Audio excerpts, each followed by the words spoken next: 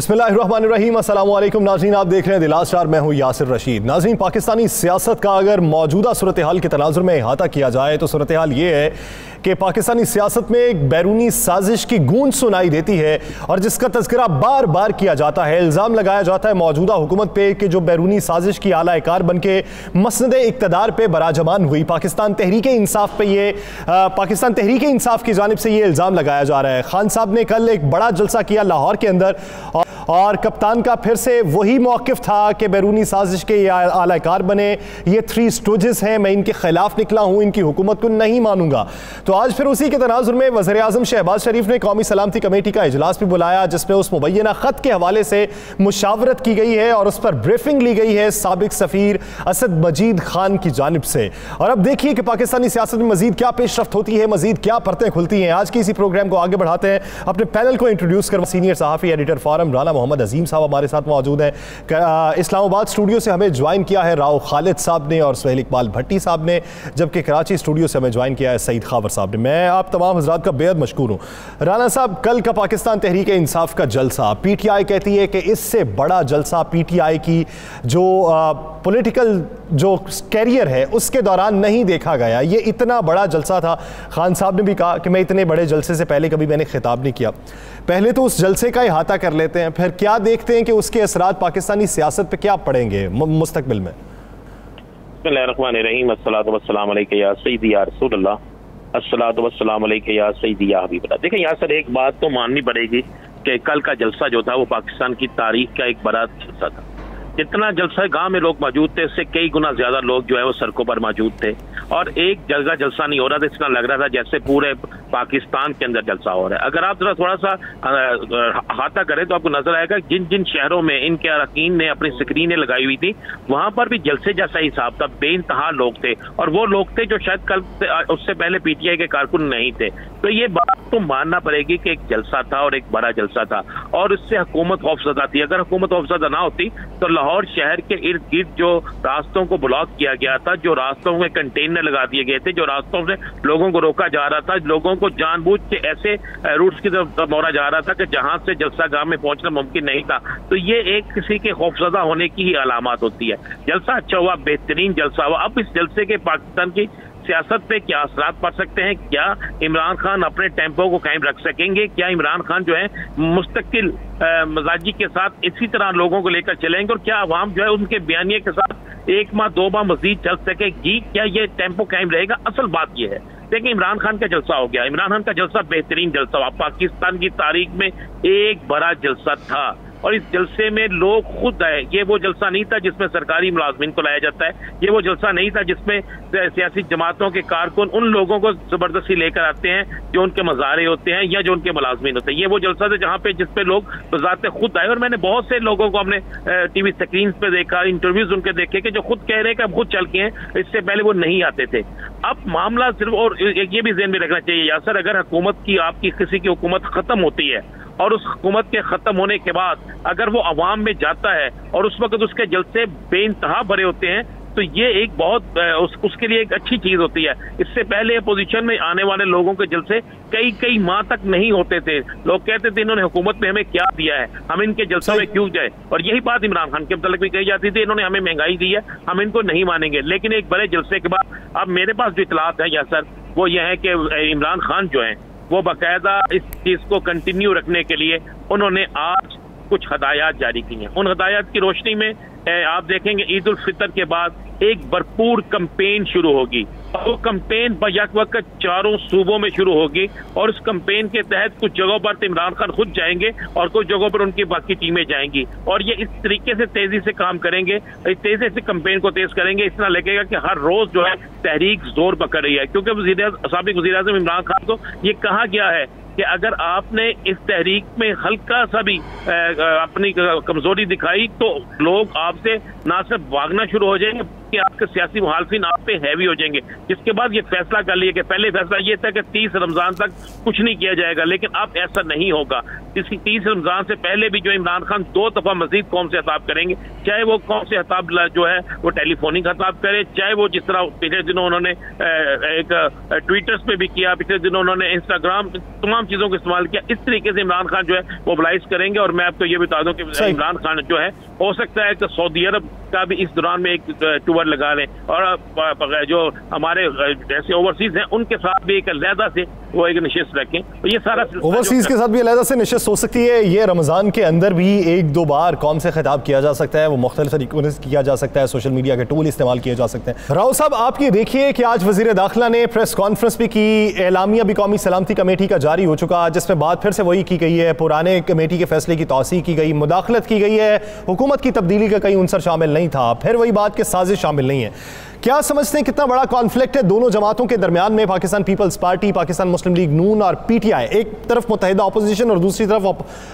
Opposition बरसरे इक़्तिदार और दूसरी तरफ इस वक्त हकीकी अपोजिशन पीटीआई। क्या समझते हैं यही बयानिया कितना आगे बढ़ेगा? देखिए, एक तो जो आज भी जो प्रेस रिलीज आई है उसमें तकरीबन DGISPR ने जो कहा था, एक तो वो बात रिपीट होगी, दूसरा उन्होंने एंडोर्स कर दिया पिछले मिनट्स ऑफ द मीटिंग्स को। 2 फैक्ट हैं इसमें जो बड़े सामने मौजूद हैं और उनको झुटलाया नहीं जा सकता। एक फैक्ट ये है कि मीटिंग हुई, एक फॉर्मल मीटिंग हुई जिसके मिनट्स रिकॉर्ड हुए और वो मिनट्स रिपोर्ट हुए।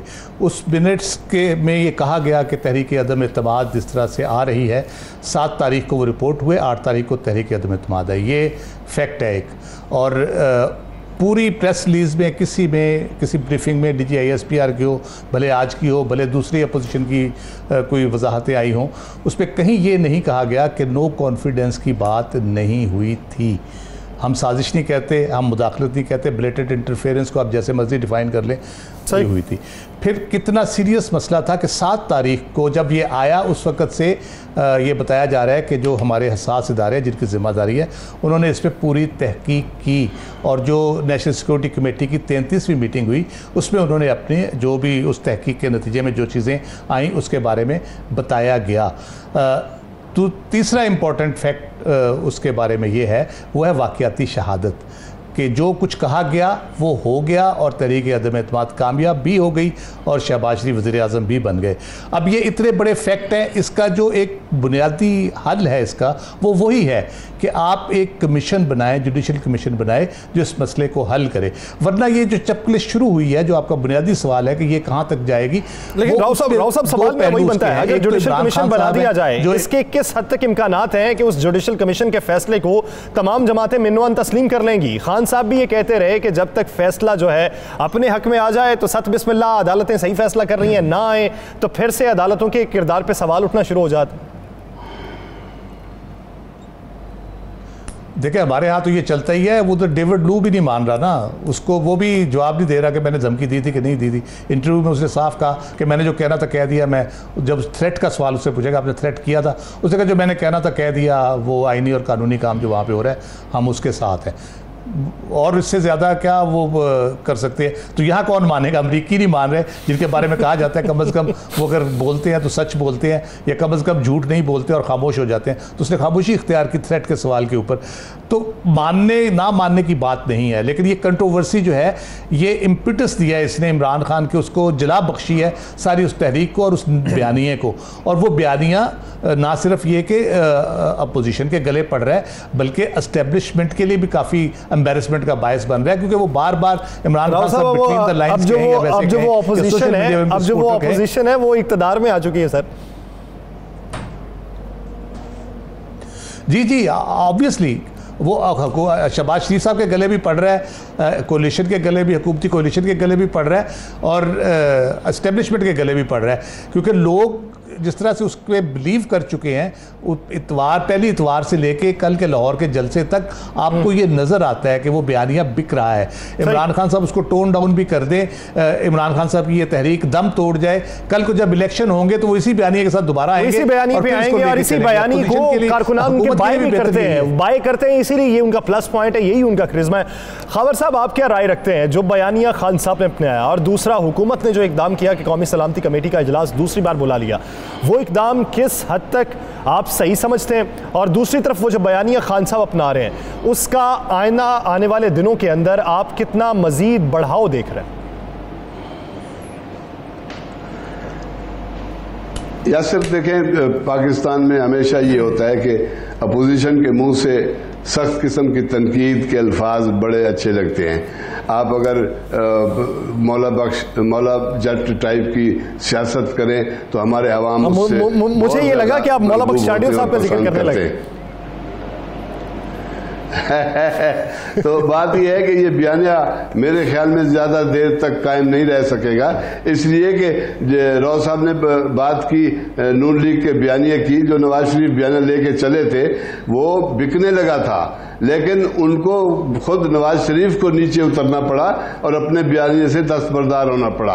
अब यही है कि जब तक आप इस बयानिए को लेके बड़े बड़े जलसे भी कर लेंगे, लोगों को अपने साथ मिला लेंगे, एक राह हमवार हो जाएगी पाकिस्तान में नए इलेक्शन की, लेकिन मैं ये समझता हूं कि ये बयानिया आपको इक़्तिदार में लाने के लिए कारआमद नहीं है। इसके लिए आपको एक तो इन हाउस बड़ी मुश्किलात का सामना करना पड़ेगा पाकिस्तान में, दूसरा यह है कि आलमी सतह पर भी आपको जितने आपके फोरम्स हैं वहां पर आपको बहुत तकलीफ का सामना करना पड़ेगा।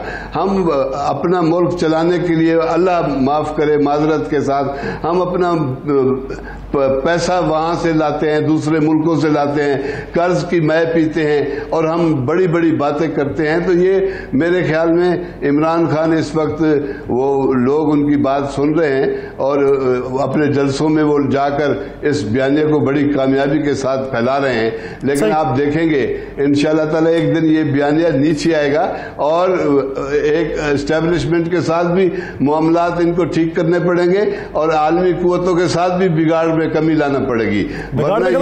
भट्टी साहब, आप किस हद तक तायीद करते हैं खावर साहब के इस मौक़िफ़ से कि ये बयानिया नीचे आएगा? ये नीचे किस तरीके से आएगा? खुद पीटीआई लेके आएगी या फिर एक्सपोज करेगी मौजूदा हुकूमत इस बयानिया? यासिर, देखिए, अगर आज की ये मीटिंग ना होती, कौमी सलामती कमेटी के अंदर दोबारा इस मामले का जायज़ा ना लिया गया होता और इस कमेटी के अंदर वो तमाम इदारे और उन इदारों के सरबराहान शरीक ना होते जिनकी आईने पाकिस्तान के मुताबिक पाकिस्तान की सलामती की जिम्मेदारी है, और जिन इदारों ने जब 7 मार्च को ये ख़त लिखा गया, ये जो लेटर मसूल हुआ, उसके बाद हमारे कौमी सलामती के अहम तरीन इदारे ने इसकी सारी छानबीन पहले ही कर ली थी। साबिक वज़ीर-ए-आज़म इमरान खान साहब ने इस ख़त को 27 मार्च को लहराया था। गैर मुल्की साजिश का जिक्र कुछ अर्सा पहले कर रहे थे, लेकिन ख़त का मामला वो 27 मार्च को सामने लेके आए थे। लेकिन उससे पहले जब वज़ीर-ए-आज़म इमरान खान खुद वज़ीर-ए-आज़म हाउस में मौजूद थे, उस वक्त सिक्योरिटी इंटेलिजेंस, हमारी टॉप सीक्रेट इंटेलिजेंस एजेंसी इस मामले की तहकीकात कर चुकी थी। यासिर, देखिए, मामला बड़ा सिंपल है। इमरान खान साहब की फॉलोइंग है, लोग उनके पीछे खड़े हैं। आज के इजलास सारे मामले के अंदर अगर इस मामले के ऊपर इत्तफाक़ राय है, इस बात के ऊपर पिछले इजलास के मिनट्स भी दिए गए और उस इजलास में भी कहा गया कि साजिश नहीं हुई, तो फिर मेरे ख्याल में सियासत करने के नाम के ऊपर उस चीज़ को मजीद उछालना और कहना मैं नहीं मानता दुरुस्त नहीं है। दूसरा मामला जो इमरान खान साहब और पाकिस्तान तहरीक इंसाफ मुतालबा कर रहे हैं कि जुडिशल कमीशन बनना चाहिए। देखिए, जब जुडिशल कमीशन बनेगा ना, उस कमीशन ने इन कानून के मुताबिक काम करना है। उस कानून के मुताबिक अगर प्रोसीडिंग्स आप करवाना भी चाहते हैं, जहां से कोई धमकी आई, जिसने धमकी दी, जिससे मुतल्लिक खत मंसूब करके लिखा गया, उसको भी उस कमीशन के सामने अपेयर होना पड़ेगा। मुझे बताइए, क्या आप डेविड लू को उस कमीशन के सामने पेश कर सकते हैं? नहीं। टीवी के ऊपर तो मामला ये है, वो टीवी के ऊपर अपने आप को नहीं पेश कर रहे। इमरान खान साहब जिन शख्सियात और जी, तो मेरा कहने का मकसद यही है और हम यही आज स्टोरी डिस्कस कर रहे थे कि इस मामले की पहले तहकीकात हुई, आईने पाकिस्तान के मुताबिक जिन इदारों की मुल्की सलामती के जो जामिन है, जिनकी जिम्मेदारी है, वो इस इजलास में मौजूद थे। जो लास्ट कौमी सलामती का इजलास हुआ था उसमें भी मौजूद थे और उसमें भी उन्होंने कहा कि साजिश नहीं हुई। उसके बाद उनकी जानिब से 2 रोज़ का मुतालबा भी सामने आ रहा था कि उस इजलास के मिनट को आप डिक्लासीफाई करके मंजर आम पर लेके आए ताकि ये मामला ख़त्म हो जाए। देखिए, इमरान खान साहब को हुकूमत से अलग होना पड़ा, अवाम उनके साथ है। उनका अगर वो अब इस बात के ऊपर तस्लीम कर लेते उन इदारों के ऊपर जिनको कहते हैं कि उनको मुस्तहकम होना चाहिए, जिनके मुस्तहकम होने से मुल्क का इस्तेहकाम मुंसलिक होता है, वो इसकी तायीद भी करते हैं, तो फिर आपको इस बात को मानना पड़ेगा। माजी के अंदर भी इस बयानिया बहुत सालों तक एक जमात सेल करती रही, साजिशों का जिक्र होता रहा, लेकिन इतने कंक्रीट तरीके के साथ एक मामले को जायज़ा लेने के बाद 2 मरतबा इलामी जारी हो चुके, स्टेटमेंट आ चुकी, तो मेरे ख्याल में वो बयानिया दफन हो जाता है। अगरचे आप इल्ज़ाम तराशियाँ करते रहें और ये रट लगाएं कि मैं नहीं मानता, तो ये अलग बात है। लेकिन अब इसको बेहतरी सी मामले में है, मुल्की इस्तेहकाम, मुल्की मफाद के तनाजुर में, कि अगर आप आईन और कानून के मुताबिक चलते हैं, जिनकी जिम्मेदारी है उन्होंने इस मामले को जायज़ा लिया, तो अब उस फाइंडिंग को आपको मानना पड़ेगा, उस फाइंडिंग को अब मानना पड़ेगा। नाज़रीन, आगे बढ़ते हैं और बात कर लेते हैं कि chairman people's party Bilawal Bhutto Zardari जो हैं वो मियां मोहम्मद नवाज शरीफ से मुलाकात के लिए लंदन पहुंचे। कल मुलाकात की, एक आज मुलाकात हुई। ये मुलाकातें, जो मुलाकातें हैं, इसके अंदर क्या सिर्फ मुबारकबादें दी गई हैं या फिर आइंदा की हिकमत अमली पे भी बात की गई है? मियां मोहम्मद नवाज शरीफ ने कल बात करते हुए ये कहा कि कहते हैं कि हमारे खिलाफ अमरीका ने साजिश कर दी। अमरीका क्यों साजिश करेगा? आपने कोई एटम बम बनाया था, आपने मुआशी जो बदहाली की, आपके खिलाफ तो किसी को साजिश करने की ज़रूरत ही नहीं थी। राना साहब की तरफ बढ़ेंगे। राना साहब, क्या मामला है? बिलावल भुट्टो जरदारी किसी मसलहत के तहत पहुंचे हैं, कोई डिमांड लेकर पहुंचे हैं, या फिर इस साजिश के बयानिए का तोड़ करने के हवाले से पहुंचे हैं, या फिर वजह कुछ और? देखें यार सर, बड़ी क्लियर चीज़ है। पहले तो मैं एक बात बड़ा क्लियर कर दूं, बिस्मिल भट्टी साहब की मैंने कुछ सुनी और सबकी सुनी, सईद खबर सबकी सुनी। बात यह है कि अगर इमरान खान का बयानिया गलत है तो इमरान खान के गलत होने बयानिया को गलत साबित करने के लिए आखिरी हद तक अदारे भी जाएंगे, आखिरी हद तक हुकूमत भी जाएगी।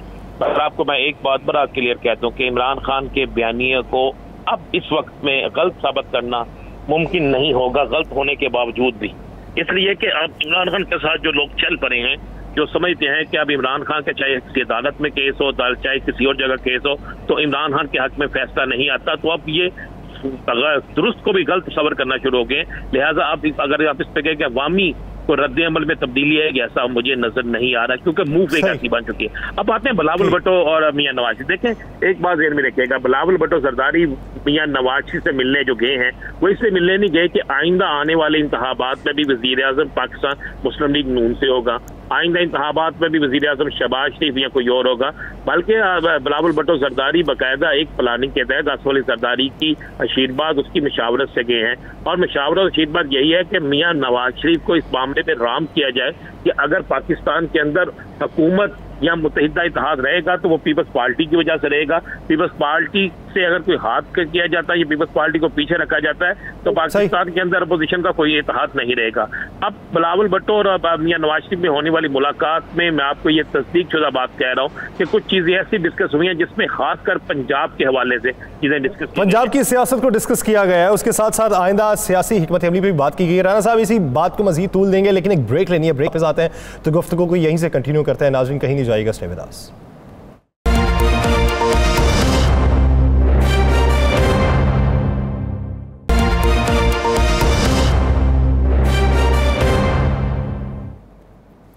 ब्रेक के बाद खुशामदीद नाज़रीन। ब्रेक से पहले जिस तरह हम बात कर रहे थे chairman people's party Bilawal Bhutto Zardari और पाकिस्तान मुस्लिम लीग नून के कायद मियां नवाज शरीफ के दरमियान होने वाली मुलाकात के मकासद क्या थे? राना साहब ये बता रहे थे कि पंजाब की सियासत बेसिकली बुनियादी इशू है पाकिस्तान पीपल्स पार्टी का कि वो खुद को रिवाइव करना चाहती है पंजाब के अंदर।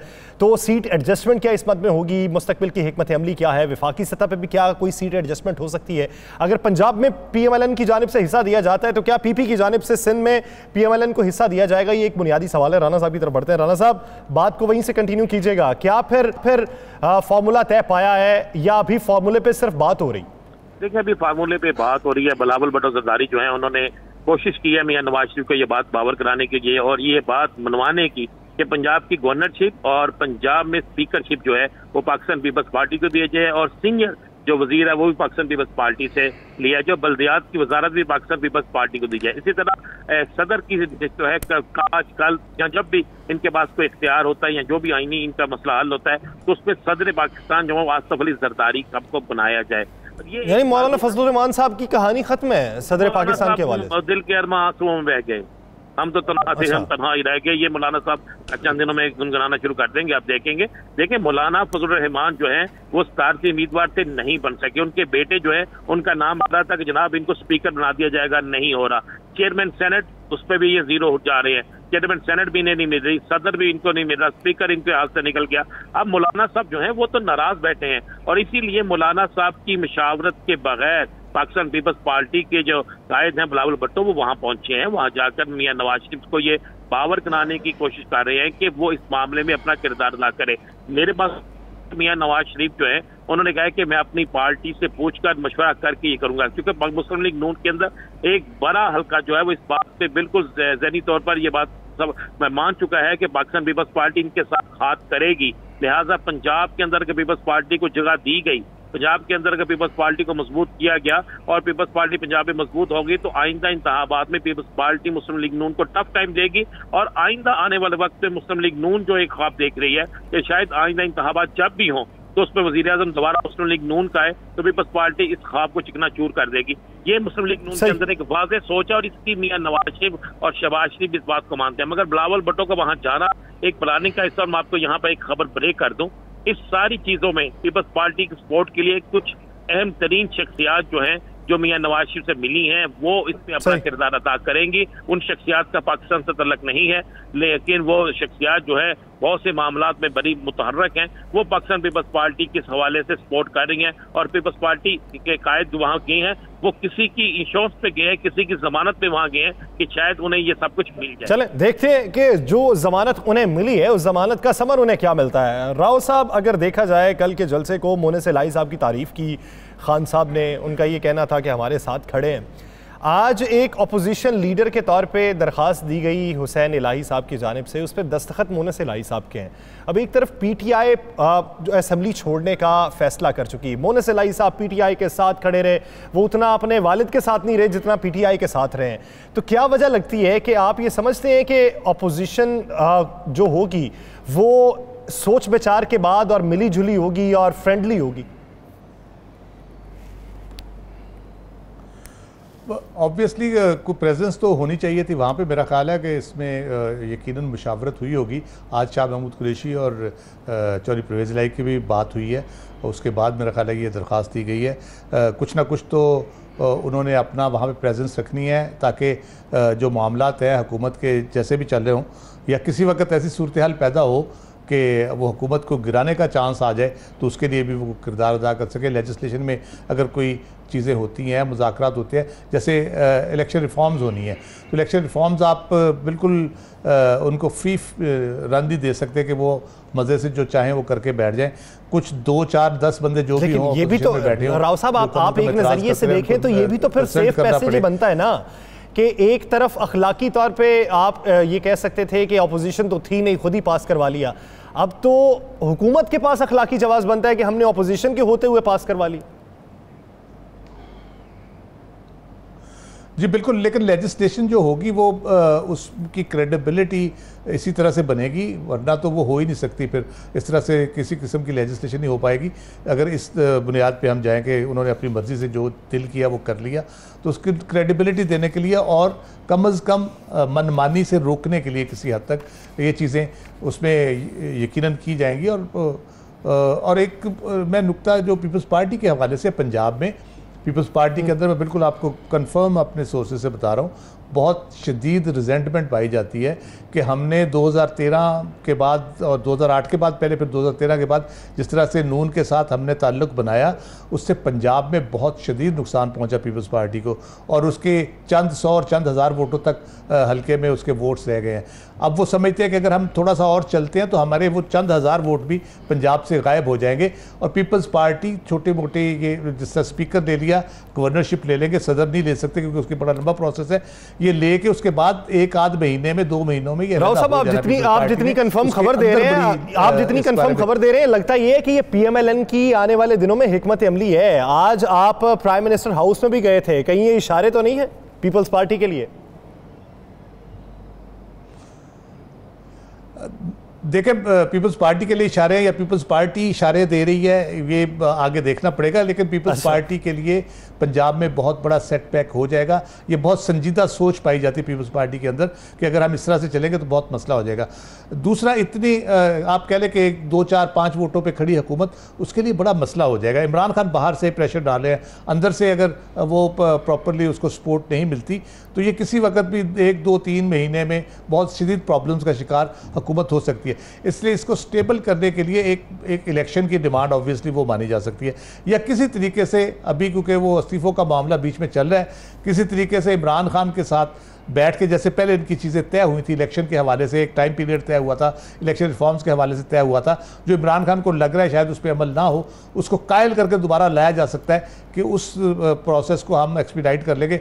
अक्टूबर नवंबर की बजाय हम 6 अगस्त में इलेक्शन पे चले जाते हैं, लेकिन आप वापस आ जाए और बैठ के ये मामला पहले की तरह बैठ के तय कर लेते हैं, तो वो एक सूरत हो सकती है। वरना ये इंतशार फैलेगा। मैं पहले भी कह रहा था कि इमरान खान का बयानिया गलत है, सही है, लोग उसको मान रहे हैं और वो एहतजाज, वो प्रेशर बिल्ड कर रहा है। अंदर हुकूमत कमज़ोर है, वोट पूरे नहीं है, किसी वक्त ऊंच नीच हो सकती है, प्रेसिडेंट कह दे 10 बंदे नाराज़ हो गए, प्रेसिडेंट कह दे वोट ऑफ कॉन्फिडेंस लो, तो ये सूरत हाल बहुत ख़राब रहेगी और इदारों पे प्रेशर बिला वजह आ रहा है। इदारों के बीच में धुनाई वो बिला वजह से हुए जा रही है। कोई बंदा उठता है, हर बंदा मुँह उठा के इदारों को गाली दे देता है, किसी को कुछ कह देता है, किसी को कुछ कह देता है। तो इस कशमकश को रोकने के लिए, इस सारी खराबी को बढ़ने से रोकने के लिए, फ़ज़ा को साज़गार बनाने के लिए ज़रूरी है कि हल हो, चाहे सही ये साजगार बनाना है तो उसके लिए कोई ना कोई कुलिया तो दरियाफ्त करना पड़ेगा ना, हल तो निकालना पड़ेगा। अगर ऐसे ही सिस्टम चलता रहा तो सिस्टम को भी झोल पड़ सकता है। खबर साहब, आप क्या समझते हैं, पाकिस्तान तहरीक इंसाफ के सिंध में प्लानिंग क्या है? ये गवर्नर सिंध वाला जो ऊँट है ये किस करवट बैठेगा? कभी मुस्ताफ़ी होने का ऐलान, कभी असम्बली से मुस्ताफ़ी होने का ऐलान, फिर ऐलानात की वापसी, वजह क्या नज़र आती है? हतमी फैसला कब तक मुतवक्के है इनका? यासिर, एक आपको पता है कि सिंध में जो तहरीक इंसाफ है वो हमेशा एक मुख्तलिफ ग्रुपों में बटी रही है। ख़ास तौर पे इस हुकूमत गिरने के सानिए के बाद भी लोगों ने होश पंजाब में भी ऐसी सूरत हाल थी। वही बिल्कुल यहाँ ये हुआ कि इनका ख्याल था कि भाई गवर्नर इस्तीफा देंगे और उसके बाद एक अचानक हम सरप्राइज देंगे कि जितने भी 25 अरकान थे उसमें से 4 अरकान इनके साथ नहीं रहे, 21 अरकान एकदम इस्तीफा दे देंगे और इनके लिए, सिंध के लिए जो गवर्नर राज नहीं लगा सके, किसी आइन की आर्टिकल के ताबे नहीं कर सके सिंध को, तो पीपल्स पार्टी को ना को चने चुपवाने के लिए उन्होंने कहा कि हम जब हमारे 20-21 अरकान असम्बलियों से इस्तीफे देंगे तो सिंध में एक बहरान हो जाएगा। लेकिन पीपल्स पार्टी की दरून खाना जो पॉलिसियां हैं और वो बड़ी कामयाबी से जारी हैं। पहले तो उन्होंने 2 लोग एक दफ़ा तोड़े थे, फिर 3 हो गए। इस दफ़ा एक अकलियती रुकन भी उनके साथ खोड़ो साहब के इलेक्शन में, वापडा साहब की सीट के ऊपर जो हुआ था निसार खोड़ो का इलेक्शन, उसमें एक अकलियती रुकन भी चला गया। 4 वोट इनको ज्यादा पड़े पीपल्स पार्टी को। अब सिंध में जो तहरीक इंसाफ है वो सरप्राइज देने में नाकाम रही है। इमरान खान कराची तशरीफ लाए और उन्होंने बहुत बड़ा नो डाउट जलसा किया जिसकी हर तरफ बाज़ सुनाई दे रही है, जिसकी कामयाबी की जलसे की। लेकिन इसके बावजूद उस जलसे में भी पार्टी बैन सतूर मुतहद दिखाई नहीं दी। और अब यह है कि इमरान खान ने यह मामला ईद के बाद तक मुअख्खर कर दिया है और इमरान इस्माइल और अली जैदी को कहा है कि आप लोगों को राजी करें और उसके बाद हम ईद के बाद देखेंगे कि हमें पाकिस्तान पीपल्स पार्टी को नीचा दिखाने के लिए सिंध में क्या इकदाम करने हैं। दूसरी तरफ एक जीटीए भी है। जीटीए जो इमरान खान के साथ थी वो बेचारी इस वक्त बड़े जख्म खोरदा हैं, इसलिए कि एमक्यूएम उनके साथ दोस्ती थी, एमक्यूएम पीपल्स पार्टी के साथ मिल गई और अनकरीब आप देखेंगे कि वो सिंध में 2-3 वजारतें भी मिल जाएंगी, उनको कराची और हैदराबाद का एडमिनिस्ट्रेटर भी मिल जाएगा। तो इस तरह से इनका वज़ीर आला के मुशीर बन जाएंगे, हिस्सा उन्हें मिल सकता है। लेकिन उसके बुनियादी तौर पे असरात आइंदा इलेक्शन में उन्हें क्या समर मिल सकता है उसका? वो उनकी ये जो जद्दोजहद है, वो जो सिंध के नाम पे जद्दोजहद कर रहे हैं, कराची की बेहतरी के लिए कर रहे हैं, उसका उन्हें समर क्या मिलेगा ये तो वक्त ही बताएगा। भट्टी साहब, काबीना तश्कील दी जा चुकी, हलफ उठाए जा चुके, वजारतें संभाली जा चुकी, मखलूत हुकूमत है। इत्तलात ये हैं कि फूट आगाज़ पे ही पड़ गई है, बहुत सी रंजिशें हैं, बहुत सी बातें हैं, उसके अलावा ब्यूरोक्रेसी के ऊपर अदम एतमाद है कि ब्यूरोक्रेसी चलेगी नहीं। PTI ये कहती थी कि PMLN की सपोर्ट है ब्यूरोक्रेसी को, अब ये आए तो अब ये कहते हैं ये हमारी नहीं मान रहे, बनेगा क्या? यहाँ से देखिए, जिस वक्त मुत्तहिदा अपोजिशन को पाकिस्तान तहरीक इंसाफ के खिलाफ वज़ीर-ए-आज़म इमरान खान को हटाने के लिए, तहरीक अदम एतमाद लाने के लिए जितने बड़े चैलेंज का सामना था, जितनी तगोदो करना पड़ी, अब उससे ज़्यादा बड़ा चैलेंज और उससे ज़्यादा मुश्किल सूरत-ए-हाल उन्हें सदर पेश है कि जो मुख्तलिफ जमातों पर मबनी एक इत्तेहादियों की हुकूमत बनी है और वफाकी काबीना बनी है कि इसको इत्तफाकी राय के साथ चलाया जाए और जो बड़े फैसला करना चाहते हैं शहबाज शरीफ साहब, वो इस काबीना से हो सकें। अगरचे के 8-9 दिन की मुशावरत हुई, उसके बाद काबीना कायम हुई, लेकिन फिर हमने देखा कि अभी से ही इत्तेहादी जमातों के तहफ़्फ़ुज़ात थे कलमदानों के हवाले से, उसमें रद्द-ओ-बदल शुरू हो गई और बिलखुसूस वज़ारत ख़ारजा में तारिक फ़ातमी साहब को मामले खुसूसी बराए ख़ारजा अमूर का ज़िम्मेदारी सौंपी गई थी और उनसे वो फिर अल्टीमेटली ख़ारजा अमूर की ज़िम्मेदारी वापस ली गई और अब वो सिर्फ मामले खुसूसी बराए वज़ीर के तौर पर काम करेंगे। वहाँ पर ज़ाहिर बिलावल भुट्टो मौजूद हैं, हिना रब्बानी खर की जिम्मेदारी मौजूद है, गर्चे के तारिक फ़ातमी साहब का 40 साल से ज़्यादा एक्सपीरियंस है। आपको दिखाई दे रहा है कि बिलावल भुट्टो साहब की नशिस्त खाली पड़ी है, वो आके संभालेंगे? जी बिल्कुल, वो वापस आकर संभालेंगे। जो एक वो ग्रैंड पैकेज हासिल करने के लिए पहुंचे हैं नवाज शरीफ साहब के साथ मामला तय करने के लिए, जब वो वापस आएंगे तो इस बात का कभी इम्कान है कि वो जिम्मेदारी संभालेंगे। अदरवाइज हिना रब्बानी खर भी जिम्मेदारियाँ माजी में भी सर अंजाम दे चुकी हैं और वो इस मिनिस्ट्री को रन करने की बेहतर पोजीशन में है।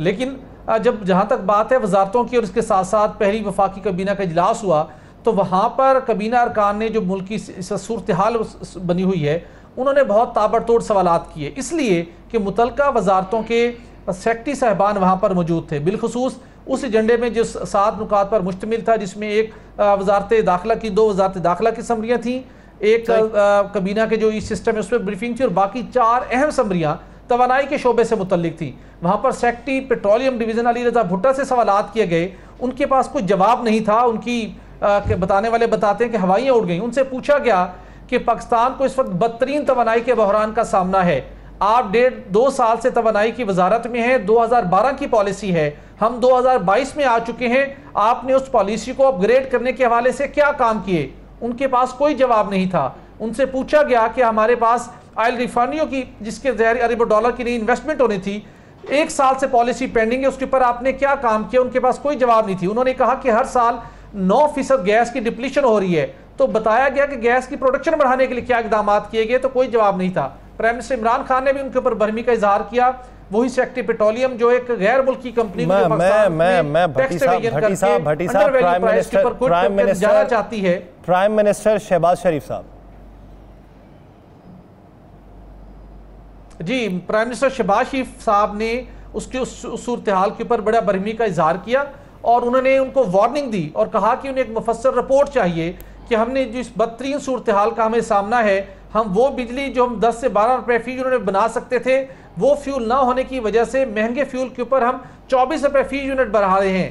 भट्टी साहब ये बताएं बरहमी का इजहार किया गया, हवाइयाँ उड़ी रही, अवाम को कोई रिलीफ देख रहे हैं इस हुकूमत के अंदर? ये तवानाई का जिस हद तक बहरान है, शॉर्टफॉल 5000 मेगावाट से तजावुज कर चुका है, कोई रिलीफ मिलेगा? किसी तरफ से ठंडी हवा का झोंका आएगा? यासिर, इस वक्त रिलीफ मिलना तो दरकिनार, जो सूरत हाल गंभीर हो चुकी है, जो हर गुजरते दिन के साथ सूरत हाल ख़राब हो रही है, फिल वक्त उसको रोक लेना ही बड़ा एक मौज़ा होगा। बिलखुसूस जून तक जो बिजली की पैदावार है उसको जो हमारी डिमांड होगी इस साल तकरीबन वो 28-29 मेगावाट तक होगी। 35,000 मेगावाट हमारी पैदावारी सलाहियत है। क्या हम पावर प्लांट पूरी सलाहियत पर चला सकेंगे? फ्यूल का इंतज़ाम होगा, जो फ्यूल की अदायगियाँ होनी है क्या वो हम कर पाएंगे? और उसके बाद आने वाले दिनों में जो IMF का मुतालबा है बिलखुसूस के पेट्रोलियम मसनूआत के ऊपर सब्सिडी खत्म की जाए, अगर वो खत्म होती है मतलब तो प्रेशर अवाम पर बढ़ेगा।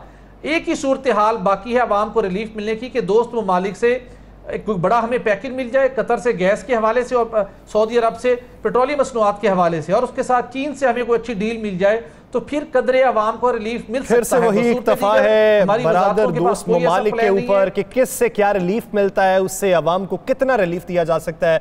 वज़ीर आज़म शहबाज शरीफ साहब पर अज़्म है कि वो उनके जो दौरे होने वाले हैं उसका कोई ना कोई तो समर मिलेगा। आप देखिए कि अवाम को कैसा है। इसी पॉलिटिकल सिनेरियो पे मजीद भी बात करेंगे, लेकिन एक ब्रेक लेनी है। ब्रेक के बाद वापस आएंगे, गुफ्तगू को यहीं से कंटिन्यू करेंगे। Stay with us.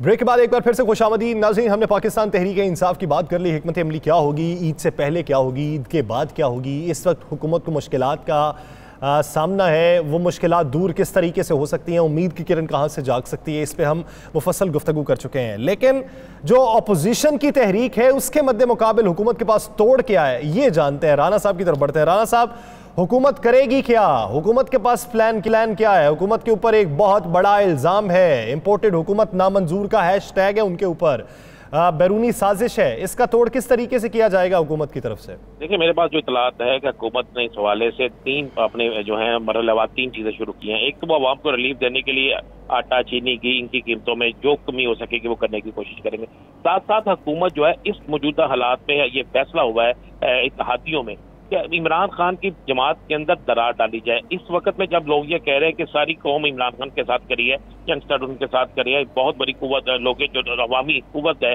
जो उनके साथ करी है, तो अब उनके कुछ छोड़ के नहीं जाएगा। जो पहले छोड़ के गई है वो भी वापस आना चाहती है। तो उसके हवाले से इन्होंने हुकूमत की मतलब ये है कि हुकूमत और इनके इत्तेहादियों की कि कम अज कम उन जगहों पर, उन इलाकों में जहां पर इनका सुलूक मौजूद है, वहां पर ऐसा काम किया जाए कि इनके मजीद तहरीक इंसाफ के अरकान असम्बली, चाहे वो साबका हो या मौजूदा हो, वो पार्टी को छोड़कर उन मुख्तलिफ सियासी जमातों में अपनी शमूलियत करें, जिससे ये तासर दिया जाए कि अवाम अब इनके साथ नहीं है। उसके अलावा मैं आपको ये एक बड़ी खबर दे रहा हूँ कि 31 साबिक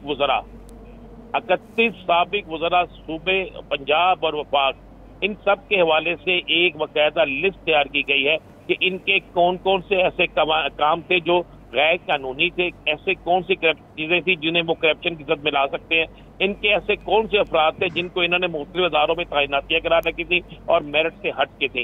इस हवाले से एक बाकायदा एक सेल बनाया गया है जो इस पे काम कर रहा है। इस सेल ने बहुत सी चीजें इकट्ठी की है, वो सही है या गलत है, दुरुस्त है या ठीक है, ये तो वक्त बताएगा। सर वक्त आएगा। लेकिन उस हवाले से वो प्रोपेगेंडा शुरू किया जाएगा और उस प्रोपेगेंडे को बाकायदा मीडिया में लाया जाएगा, सोशल मीडिया में लाया जाएगा। सोशल मीडिया के हवाले से 3 अलहदा टीमें मजीद बना दी गई हैं जो टीमें इस पे काम करेंगी और इसको जितना ज्यादा प्रमोट किया जा सकता है इनके खिलाफ वो प्रमोट किया जाएगा, ताकि अवामी सतह पर और सोशल मीडिया पर हुकूमत की पोजीशन बेहतर और तहरीक इंसाफ की पोजीशन को खराब किया जाए। ये एक तहरीक इंसाफ की पोजीशन को खराब किया जाए, ये एक प्लानिंग है PMLN की और दीगर मुत्तहिदा जो जमातें हैं जो बरसर इक़्तिदार हैं। राव साहब, आप क्या समझते हैं, कबल अज़ वक्त इंतखाबात होंगे जो मुतालिबा PTI का, या फिर वक्त पे ही इंतखाबात होंगे? और वक्त पे होते हैं तो उसका फ़ायदा किसको हो सकता है, PTI के बयानिए को या हुकूमत को?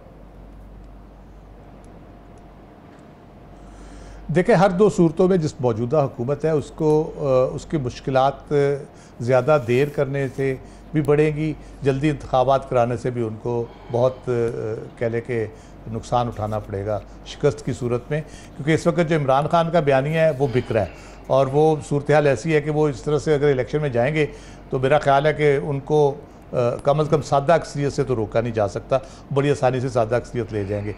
अगर ये हुकूमत लिंगर ऑन करती है, इसको ले जाती है अपना टर्म पूरी करने तक, तो जो मुआशी सूरत हाल है, जो ओवरऑल मामलात हैं, जैसे मैंने कोलिशन की बात की, इत्तेहादियों की बात की, तो उनको ले के चलना, घसीट के तो चल सकते हैं, एक स्मूथ रनिंग ये नहीं हो सकती और इसलिए बहुत मुश्किल होगा। उस पर कितना रिलीफ दे पाते हैं, आवाम को कितना अकामोडेट कर पाते हैं, तो वो मेरा ख्याल है कि मज़ीद मुश्किलात इक़्तिसादी महाज पे भी और सियासी महाज पे भी उनके लिए बढ़ती चली जाएंगी। फिर ये भी देखना होगा कि इमरान खान आया अपनी तहरीक के हवाले से जो अगले फेज़ में वो जाना चाह रहे हैं, यौम दुआ उन्होंने 27 रमज़ानुल मुबारक को अनाउंस किया है, उसके बाद अगला लयाम इस्लामाबाद का वो कह रहे हैं मैं कॉल दूंगा, तो वो कितनी शिद्दत के साथ इस मामला को आगे चलाते हैं, क्योंकि हुकूमत की तरफ से जो काउंटर किया जा रहा है, जिस तरह से काउंटर किया जा रहा है, वो तो इमरान खान की क्रेडिबिलिटी बढ़ा रहे हैं। जिस किस्म के स्कैंडल लाए जा रहे हैं, जिसमें चीज़ें लाई जा रही हैं, तो वो मेरा ख्याल है वो बहुत इफेक्टिव उनका अपोजिशन को रोकने का रोल नहीं हो रहा। ये नौकरियाँ किसको दी, उसको कि राना साहब जैसे फरमा रहे हैं, ये होता है, ये करती हैं हुकूमतें आके, और ये पीपल्स पार्टी और नून तो बड़े अरसे से एक दूसरे के खिलाफ कर रही है। लेकिन इसका नतीजा कुछ खास नहीं निकलने वाला, इनके हक में तो कुछ खास नहीं निकलेगा। खबर साहब, आप क्या समझते हैं, इस्लामाबाद की जो कॉल दी गई कप्तान की जानिब से, क्या फिर से डी चौक को मरकज़ निगाह, मरकज़ सियासत बनाया जाएगा, वहीं पे बैठा जाएगा, या आपको ये लगता है कि 1-2 दिन के अंदर ही बात खत्म हो जाएगी? देखें, अभी इब्तदाई दौर में है, वो अपोजिशन लीडर के तौर पर अपनी एक शनाख्त बना रहे हैं, और हमेशा होता है कि एक जारियाना अंदाज इख्तियार करके और टैक्टिक्स इस्तेमाल किए जाते हैं। पीपल्स पार्टी जिस तरह से इस हुकूमत को लेकर चल रही है, पीपल्स पार्टी का ख्याल है कि आप इसका मुकाबला भी करें और दूसरी तरफ ये करें कि इंतखाबी इस्लाहात लेकर आएँ। जब तक आप इलेक्शन को टाले रखें, इंतखाबी इस्लाहात के बाद उस वक्त तक इमरान खान का एक जो बयानिया है वो कहीं सेटल हो चुका होगा और उसके जो जारियानापन है वो कमज़ोर पड़ चुका होगा। तो बिलावल चाहते हैं कि इंतखाबी इस्लाहात पर बात करें, और यही बात कल उन्होंने वहाँ पर भी ज़राए ने बताया कि नवाज शरीफ से भी बात की है कि अब हमने चूँकि इंतखाबी इस्लाहात की बात करते रहे माजी में, और इनका जो चार्टर था उसमें भी ये बात थी, तो पहले ये करना चाहिए कि हमें कौम को इंतखाबी इस्लाहात के बाद एक नए इलेक्शन में झोंकना चाहिए। तो अब यह है कि इस्लामाबाद के लिए तो इमरान खान के जियाले तो तैयार हैं, वो जब भी बुलाएंगे तो ये जाएंगे, लेकिन हुकूमत कम अज़ कम मुझे लगता है कि ये नए जो इसका दौरानिया है वो ख़त्म करने तक खींच लेंगे, ये नए दौरानी ख़त्म करने तक ये खींच लेंगे। लेकिन इसका फ़ायदा क्या होगा भट्टी साहब? कोई फ़ायदा होता दिखाई देते हैं? अगर आप ये समझें कि 1.25 साल हुकूमत कर ली ये मुत्तहिदा जमातों ने, तो उसका समर इन्हें किस नतीजे में मिलेगा? क्योंकि जब आपको ये लगता है कि रिलीफ कहीं से नहीं मिलना, दोस्त ममालिक की अगर कुछ कोई मदद कर दें तो कर दें, बाकी तो सूरत हाल फिर चारपाई तो चौक के बीच में पड़ी है, मईशत तो हमारी पड़ी हुई है, उसको तो वेंटिलेटर पर रखना पड़ेगा। जैसे देखिए, पाकिस्तान पीपल्स पार्टी और मुस्लिम लीग नून की तो ये दरीना ख्वाहिश भी है और कोशिश भी होगी कि हुकूमत अपना वक्त पूरा करे और इलेक्शन आइंदा साल अगस्त या सितंबर के बाद ही हो। लेकिन मामला ये है कि पाकिस्तान तहरीक इंसाफ के सरबराह इमरान खान साहब वो जिस हद तक प्रेशर बिल्ड कर रहे हैं मुसलसल, और उसके साथ साथ जो बहुत से मौशी चैलेंजेस हैं, ये दोनों चीज़ें हुकूमत के लिए आने वाले महीनों में बिलखुसूस अगस्त, सितंबर, अक्टूबर के पास जाकर कुछ मुश्किलात का बाइस बन सकती हैं।